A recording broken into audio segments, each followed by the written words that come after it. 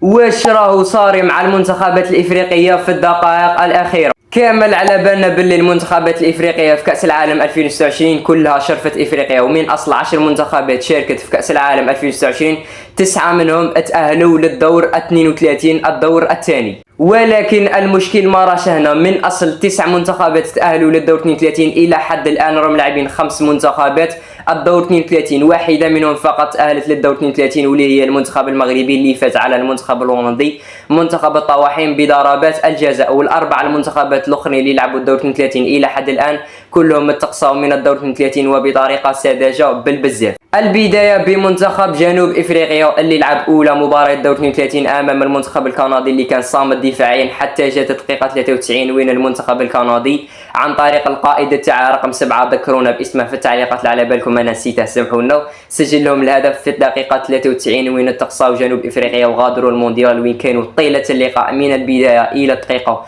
92 شادين وصامدين دفاعيا، وللاسف حتى جات الدقيقه 93 استقبلوا هدف قاتل في اللحظات الاخيره. وثانيا ياتي المنتخب الكوديفواري منتخب ساحل العاج وين كان متاخر في النتيجه امام المنتخب النرويجي حتى جات الدقيقه 75 عدل النتيجه عن طريق اماد ديالو اللي دخل من بنك وصنع الفارق. وثاني جات الدقيقه 86 كيما منتخب جنوب افريقيا الدقائق الاخيره العشر دقائق زعما الاخيره ولا الخمس دقائق الاخيره من الوقت الاصلي للمباراه وين سجل عليهم ايرلينغ هالاند نجم مانشستر سيتي والنرويج الاول هدف الفوز ورم يلاشوا المنتخبات الافريقيه في الدقائق الاخيره. وثالث منتخب اللي هو منتخب الكونغو الديمقراطيه اللي كان عامل مفاجاه وسيربريز كبيره بالبزاف، واحد ما كان متوقعها، كان فائز على منتخب انجلترا اللي راهم مرشحين بالبزاف باش يكون هو الحامل اللقب في كاس العالم 2026. من الدقيقه 7 حتى جت الدقيقه 75 هاري كين نجم بايرن ميونخ الاول سجل هدف التعادل، ومن بعدها ثاني ب 11 دقيقه 86 عاود ثاني هاري كين سجل عليهم هدف الفوز وثاني اتقصاو من الدور 32 باداء جد مشرف. ومن هذا المنبر نرفع لكم الرايه، قدمتوا اداء جد مشرف في كاس العالم 2026 عموما. واللي زادت انا خلعتني ودهشتني واكدت لنا باللي المنتخبات الافريقيه راهم يلاشوا بالبزاف في الدقائق الاخيره هو مسرى البارح مع المنتخب السنغالي حامل اللقب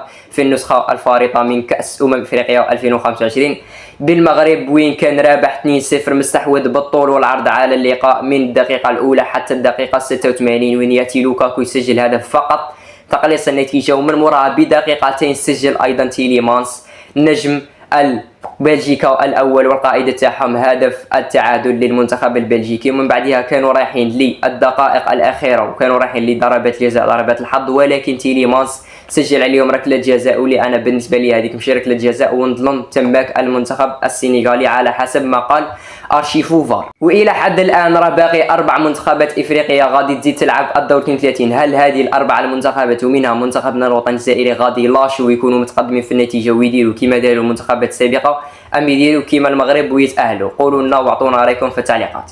سلام.